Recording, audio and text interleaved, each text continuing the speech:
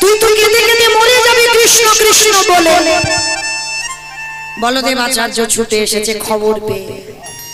ছোট্ট একটা বালক কৃষ্ণ প্রেমে বিভোর, খাওয়া দাওয়া বন্ধ করেছে।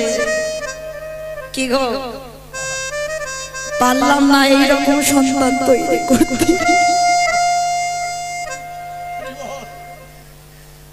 হলো না।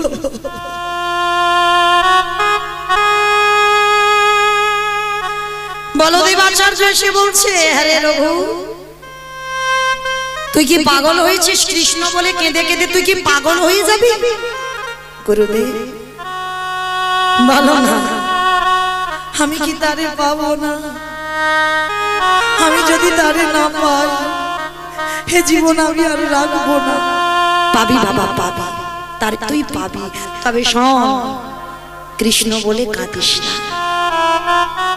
রাধা কৃষ্ণ একাত্মা দুই দেহ ধরি, অনন্য বিলাস রস আস্বাদন করি, এই দুই ভাবে চৈতন্য গোসাই ভাব রস আস্বাদিতে দোহে কোথায়।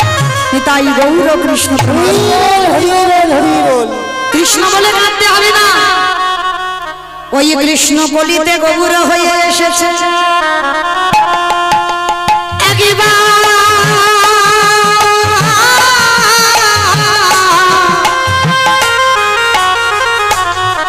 একেবারে কৃষ্ণ বলে না কেঁদে একেবারে গৌরী বলে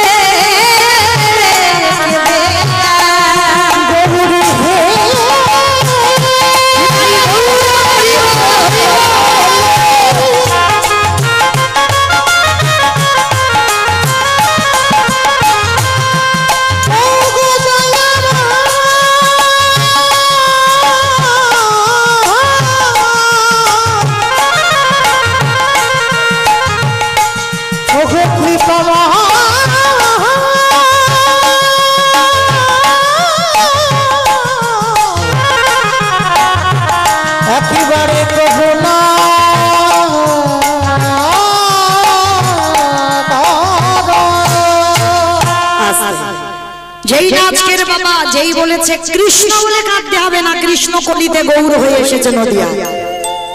গুরুদেব মানে আমার কৃষ্ণ কলিতে গৌরাঙ্গ বলে, হ্যাঁ, তাহলে আজকে থেকে তুই কৃষ্ণ বলে নয়, আজকে থেকে গৌর দর্শনে যাবি। তাই হিরণ্য দাস আর গোবর্ধন দাস বলছে, আমি যখন কথা দিয়েছি চল তোকে নিয়ে নদিয়ায় একবার ঘুরে আসি, তোর কৃষ্ণ দেখি আনি। আজকে ছেলের হাত ধরে নিয়ে গেল নবদ্বীপের মাটিতে। বাবা যেদিন নদিয়ায় গেছে, গিয়ে সংবাদ পেল 24 বছর বয়সে নিমাই সন্ন্যাসী। দর্শন হলো না, কত সোজানো গুরু দর্শন কৃষ্ণ দর্শন জগতে বড় দুর্লভ। হাজার বার যদি মনে করো আমি দীক্ষা নেব দীক্ষা নেব দীক্ষা নেব না, কৃপা যতদিন না হবে তুমি 10 বার যাবে আর 10 বার ফিরবে, হবে না। আর কৃপা যেদিন হয়ে যাবে বাবা, সেদিন তোমাকে কেউ আর আটকে রাখতে পারবে না। সে যেখানে থাকো বাবা, তুমি যদি যেতে না পারো, গুরু তোমার কাছে এসে হাজির হবে। এই বিশ্বাস যাদের আছে বাবা, তারাই বিশ্বাস করে। আর যাদের বিশ্বাস নাই তাদের শুনেও লাভ নাই, কিন্তু যাদের বিশ্বাস আছে। আজকে কি করেছে, রঘুনাথ গেল কিন্তু শুনল নিমাই সন্ন্যাসী, তাহলে কি হবে? ফিরে এলো কিছুদিন পর।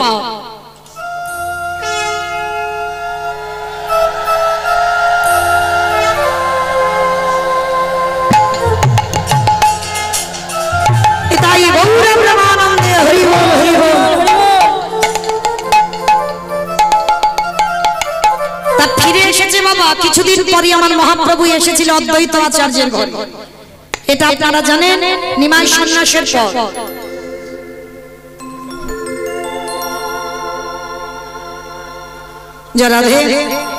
ভক্তচরণে আমার একটা নিবেদন, কেউ বারে বারে হরিবাসরে আসবেন না।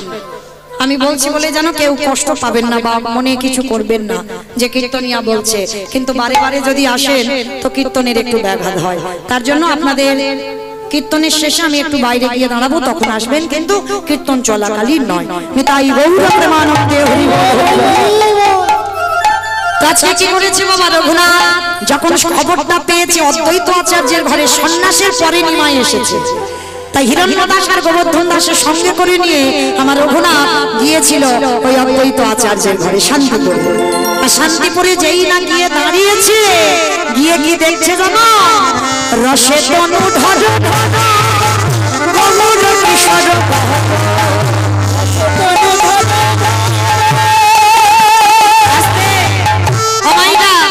সন্ধ্যেবেলায় আমাদের ভজনটাও হয়ে যাবে আর কীর্তন শোনাটাও হয়ে যাবে, মানে আমাদের ভজনও হবে আর শ্রবণও হবে আর কীর্তন গাওয়াও হবে। একটু ধ্বনি দাও দেখি।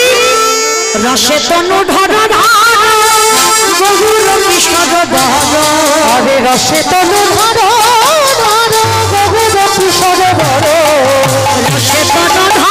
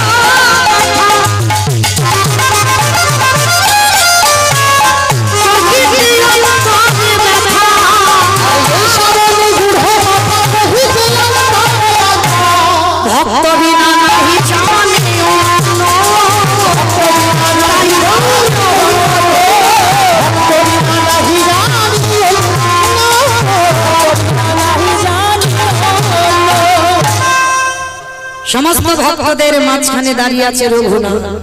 কীর্তন শেষ হলো, সবাই প্রণাম করলো আর রঘুনাথ সবার মাঝখান থেকে গিয়ে মহাপ্রভুর চরণে গিয়ে বাবা একেবারে শুয়ে পড়ে দণ্ডবত। ওই যে বললাম ভক্ত ভক্তরেই চিনতে পারে। যেই না রঘুনাথ দণ্ডবত, সঙ্গে সঙ্গে হাতটা ধরে তুলেছে, বাবা বাবা এই তো সেই পেয়ে গেছে আমার আপনজন। নিতাই চাঁদকে বলল, দাদা আমি যে পাত্রে প্রতিনিয়ত প্রসাদ পাই ওই পাত্র থেকে প্রসাদ এনে আমার রঘুনাথকে একটু প্রসাদ দাও। কৃপা হয়ে গেল। যারা এতদিন সঙ্গে ছিল তারা মহাপ্রভুর উচ্ছিষ্ট প্রসাদ পেল না, আর আজকের প্রসাদ পেয়ে গেল। আর যেই নাম প্রসাদটা দিয়েছে বাবা, ভক্তি তো পেয়ে গেল, ভগবত দর্শন হয়ে গেল। তা কিছুদিন থাকে রঘুনাথ মহাপ্রভু চরণ সেবা করে, আর সেবা করতে করতে আজকে বেশ কিছুদিন কেটে যাবার পরে রঘুনাথকে ডেকেছে, রঘুনাথ এবার আমি ঘরে ফিরব, আমাকে যেতে হবে জগন্নাথ ধাম, পুরী ধাম। থাকো তুমি এখানে, তোমার বাবা মা রাজত্ব দেখভাল করো, চলে যাও, তুমি তোমার আদি সত্য গ্রামে ফিরে যাও। না না গৌরহরি, আমি তো ফিরে যাব বলে আমি তোমার চরণে আসিনি। তুমি কেন আমাকে পাঠিয়ে দিচ্ছ? আমি ফিরবো বলে আসিনি, আমি তোমার চরণে আশ্রয় পেতে চাই। রঘুনাথ একটা কথা মনে রেখো, মর্কট বৈরাগ্য ধারণ করো। মর্কট কাকে বলে? বানর। হনুমান কিন্তু ত্যাগী আর বানর ভোগ। ওই জন্য মহাপ্রভু বলছে বাবা চৈতন্য ভাগবতে, মর্কট বৈরাগ্য ধারণ করবে না। লোক বৈরাগ্য যেন তুমি ধারণ কোনোদিন না করো। যেটা তুমি সঠিক ভজনের পথে আগাতে পারবে, তুমি সেই ভজনের পথে আগাও। কিন্তু লোক দেখানি ভজন তুমি কোনোদিন করবে না। তাই পড়াশোনা করেছো, বড় হয়েছো, বাবা মার কাছে ফিরে যাও আর বাবা মার জমিদারি দেখভাল করো না। প্রভু, আমি তো পৃথিবীতে জমিদারি দেখবো বলে আসিনি, আমি তো বলে এসেছিলাম কৃষ্ণ ভজে বাড়ি করি সংসারে আইন,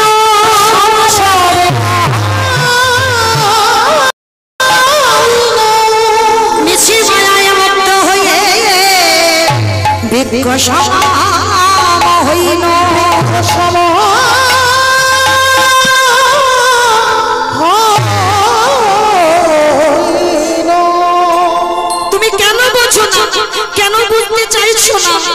আমি তো এই দেহটা কৃষ্ণ সেবার জন্য পেয়েছি। কে গো, এখানে আমরা এতজন ভক্ত জানি সবাই কৃষ্ণ ভক্ত হব বলে এলাম, আর হলাম কি মায়ার ভক্ত, মায়ার দাসত্ব করছি। ভুলে গেলাম আমরা কৃষ্ণ দাস, কিন্তু না, জানো মনে পড়ে গেল এই যে কৃষ্ণ দাস হতে হবে। তো আজকের রঘুনাথ এতটাই ভজন পথে আগিয়েছে, তথাপি আমার মহাপ্রভু সঙ্গে নিল না। কেন নিল না? অত সোজা নয় বাবা, একটা কথা মনে রেখো, এই জগৎটা না বাবা অনেকের পিছনে লাগার ভক্ত অনেক আছে। দেখবেন তুমি তোমার আচরণ করতে পারবে না, কিন্তু যারা আচরণ করছে বাবা তাদের পিছনে লাগতেই আছে, লাগতেই আছে। হ্যাঁ, কিন্তু তুমি বাবা এক মাস একটু নিরামিষ সেবা করে দেখো তো, প্রসাদ তো বাপ, এক মাস একটু নিরামিষ সেবা করে দেখো, পারবে না। এখন তো বাবা বাবা মা মরে গেলে সে মালসার ভাত খাওয়া উঠে যাচ্ছে। জোর 5 দিন খাবে, বলে বাবা ওই 15 দিন আমার দ্বারা হবে না, 5 দিন খাবে বা ওই যে 1 সপ্তাহ খাবে বা 3 দিন, সন্তান হয়েও পাচ্ছে না। কিন্তু বাবা মনে রেখো এই যে সময়টা সবথেকেই শুদ্ধ সময়, ব্রহ্মচর্য পালন করা হয়। পিতা মাতা মরে গেলে আমরা না বলি না অসহজ হয়েছে, অসহজ হয়েছে, না, সব থেকে শুদ্ধ তুমি তখন, কারণ তুমি এই যে হংসী আহার করছো, তুমি ব্রহ্মচর্য পালন করছো, তুমি মেঝেতে তুমি ক্ষৌর কার্য করছো না, তাহলে তোমার মতো পবিত্র আর কেউ থাকে।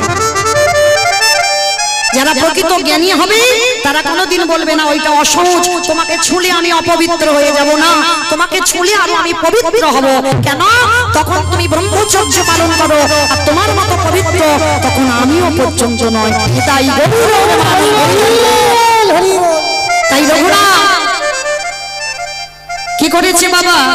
রঘুনাথ যখন ফিরে এসেছে, রঘুনাথ ফিরে এলো, মহাপ্রভু সঙ্গে নিল না, কিন্তু একটা কথা বলেছিল, রঘুনাথ তুমি ভজন করে যাও, যেদিন সঠিক সময় হবে তোমাকে আমার কাছে আসতে হবে না, আমি নিয়ে নেব আমার কাছে। ওই জন্য বাবা যে যত ছটফট করি না কেন, যার যখন কৃপা হয়ে যাবে সংসারের মায়াতে কেউ আর বেঁধে রাখতে পারবে না, সব মায়ার দড়ি ছিঁড়ে দিয়ে সে কৃষ্ণ পাবার লালসায় ছুটে যাবে। যেটা নরোত্তম করেছিল, যেটা জমিদার লালা বাবু করেছিল, ভুরি ভুরি প্রমাণ দেওয়া আছে বাবা। তো আজকে কি করেছে? রঘুনাথকে আটকাবার জন্য রঘুনাথকে বিয়ে দেওয়া হলো। যার সঙ্গে বিয়ে দেওয়া হলো নাম ছিল তার রত্নাবতী। এইবার রত্নাবতীর সঙ্গে বিয়ে দেওয়া হলে কি হবে? যে সময়টা ছিল ফুলসজ্জার রাত। মায়েরা, এখানে আমরা বউ হয়েছি, আমরা স্ত্রী হয়েছি, কিন্তু আমরা সহধর্মিণী নয়। বেশ, হরি বল। তা যেই না আচ্ছা, ঠিক আছে, ঠিক আছে, ঠিক আছে, ঠিক আছে, ঠিক আছে, ঠিক আছে, ঠিক আছে, ঠিক আছে, ঠিক আছে, উনি সময় চলে আসবে, আমি সময় ছাড়ছি। হরি বল। তো আজকে রঘুনাথকে সংসারে আটকাবার জন্য বিয়ে দেওয়া হলো, নাম হলো তার রত্নাবতী। কিন্তু রত্নাবতী বউ নয়, রত্নাবতী স্ত্রী নয়, রত্নাবতী ছিল বাবা সহধর্মিণী। ফুলসজ্জার ঘরে রঘুনাথ বসে বসে কাঁদছে, আর রত্নাবতী গিয়ে প্রশ্ন করেছিল, স্বামী কাঁদছো কেন তুমি? আস্তে আস্তে কথা নয়, আস্তে আস্তে আসতে এখনো তো আসছে না, সময় আছে, একটু আসতে। তো রত্নাবতীর সঙ্গে বিবাহ হলো। বিয়ে দেওয়ার পর এইবার ওই রত্নাবতী বলল, বলো তুমি কার জন্য কাঁদো? আমি কথা দিলাম এই রাতের অন্ধকারে তোমার বাবা মা বিয়ে দিয়েছে কৃষ্ণ ভোলাবার জন্য, এই রাতের অন্ধকারে এই সংসার থেকে আমি কৃষ্ণ চরণে তোমায় পাঠাই। রত্নাবতী মনে রেখো, এ জীবনে কোনোদিন তুমি আমাকে আর পাবে না। রত্নাবতী বলেছিল, আমি তোমার সহধর্মিণী, নাইবা পেলাম তোমার 3টে দিনের স্মৃতি নিয়ে আমি সারা জীবন কাটিয়ে দেব। কি গো, পারবে কোনোদিন? ফুলসজ্জার রাত্রে স্বামীকে চিরজনমের মতো বিদায় দিতে দিয়েছিল রত্নাবতী মা, কিন্তু যাবার সময় একটা কথা বলেছিল, যদি কোনোদিন কৃষ্ণ পাও, একবারে জীবনে তো আমার হবে না, একবার ওই কৃষ্ণ চরণে আমার নামটাকে জানিয়ে দিও। রাতের অন্ধকারে বেরিয়ে পড়ল রঘুনাথ। গেল কোথায়? পৌঁছে গেল জগন্নাথ ধাম, পুরী ধাম। এইবার রঘুনাথের বৈরাগ্যটা দেখে। যখনই বাবা যেটা শুনেছিল রঘুনাথ সংসার ত্যাগ করে পুরী ধামে গেছে, তখন বাবা অন্ন বস্ত্র অর্থ রঘুনাথের জন্য পাঠায়। আর রঘুনাথ সেইগুলো নিয়ে ওই বৈষ্ণব সেবা ভক্ত সেবা দেয়, কিন্তু মহাপ্রভুর এটা পছন্দ নয়। কেন বাবা? এটা মৌমিতা বলছে না, মহাপ্রভু বলে গেল, কাউকে যদি দিতে চাও কিছু, তোমার ডান হাত দেবে, বাম হাতে যেন জানতে না পারে। অনেকে আছে না বাবা, স্টেজের উপরে উঠে কাউকে নাম ধরে ধরে ডেকে বস্ত্র দিচ্ছে, কম্বল দিচ্ছে না, তাতে কি হয়? তাতে তাকে ছোট করা হয়, তাকে অপমান করা হয়, সমাজে দেখিয়ে দেওয়া হয় ওর অন্যের অভাব, বস্ত্রের অভাব, ওই জন্য আমি ওকে দান করছি না। এটা মৌমিতার কথা নয় বাবা, যেন ভুল বুঝবেন না। বলছে মহাপ্রভু রঘুনাথকে, তোমার বাবা যেটা অহংকার, আর তোমারও সেই অহংকার আসবে, আমি পছন্দ করি না। রঘুনাথ বন্ধ করে দিল, খবর দিল আদি সত্য গ্রামে কেউ যেন অন্ন বস্ত্র কিছু না পাঠায়। দিন চলে কি করে? লোকের দ্বারে দ্বারে মাধুপুরি করে খায়, সেটাও মহাপ্রভুর পছন্দ নয়। তাহলে কি করি? আনন্দ বাজারে বসে থাকে। আনন্দ বাজার চেনো তো? ওই জগন্নাথের প্রসাদ যেখানে বিক্রি হয়, ওটা আনন্দ বাজার। ওইখানে রঘুনাথ বসে থাকতো, আর যা যা প্রসাদ বেশি হতো রঘুনাথ ওই প্রসাদই পেত, তাতেও প্রভুর পছন্দ নয়। তাহলে কি করবে? মানে কিরকম ঘষে মেজে নিচ্ছে দেখো ভক্তকে, অত সোজা নয় কৃষ্ণ ভজন এমনি এমনি। তাহলে কি অনাহারি অনিদ্রায় কাটাবি না? তাহলে কাটাবি কি করে? ওই জগন্নাথের সিংহ দুয়ারে বসে আছে রঘুনাথ। এক সপ্তাহ হয়ে গেল কিছু খাচ্ছে না। এগো বাঁচতে কি আর পারে? কিছু তো মুখে দিতে হবে। কি দিচ্ছে? জগন্নাথের নালা দিয়ে প্রসাদই ভেসে যাচ্ছে, পচা গলা প্রসাদ।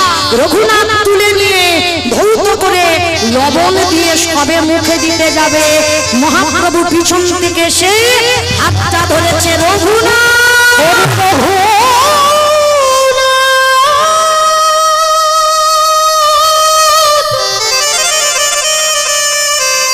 একেবারে চেয়ে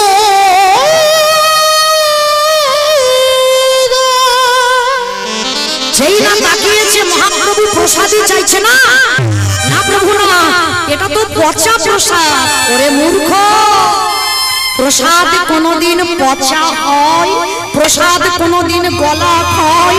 প্রসাদ কোনদিন বাসি খায়? প্রসাদ জীবনে পচে যায় না। প্রসাদ প্রসাদে খায়। ভগবান সেবা করলে প্রসাদ, ভক্ত সেবা করলে মহাপ্রসাদ। তাই জোর করে রঘুনাথের হাত থেকে আমার মহাপ্রভু ওই পচা গলা প্রসাদ কেড়ে নিয়ে বদনে দিয়েছে। মহাপ্রভু এই ভক্তের উচ্ছিষ্ট বড় ভালোবাসেন, আর যেই না বদনে দিল, সঙ্গে সঙ্গে রঘুনাথ জড়িয়ে ধরেছে চরণ দুখানা। মহাপ্রভু বলছে, ওরে তোর আশ্রয় চরণে নয়, আয় আমার বুকে আয়। রঘুনাথ আজ থেকে জানলাম তোর মতো ভক্তে তোর মতো বৈরাগ্য আর পৃথিবীতে কারোর থাকে না। তাই রঘুনাথ চলে গেল রাধা কুণ্ডের তীরে, আর রাধা কুণ্ডের তীরে গিয়ে হা রাধে বলে কাঁদলো।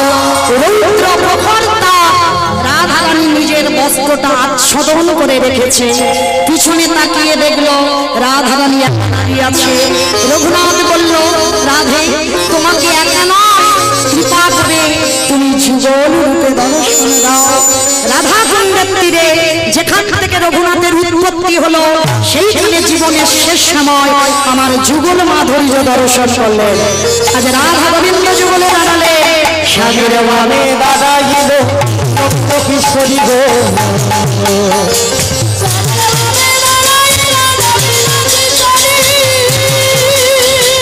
নদী নদী শাখায়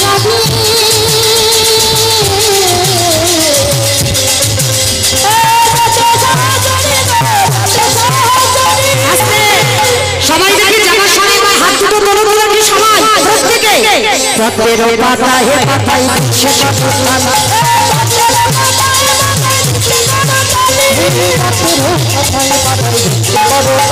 আমি কেন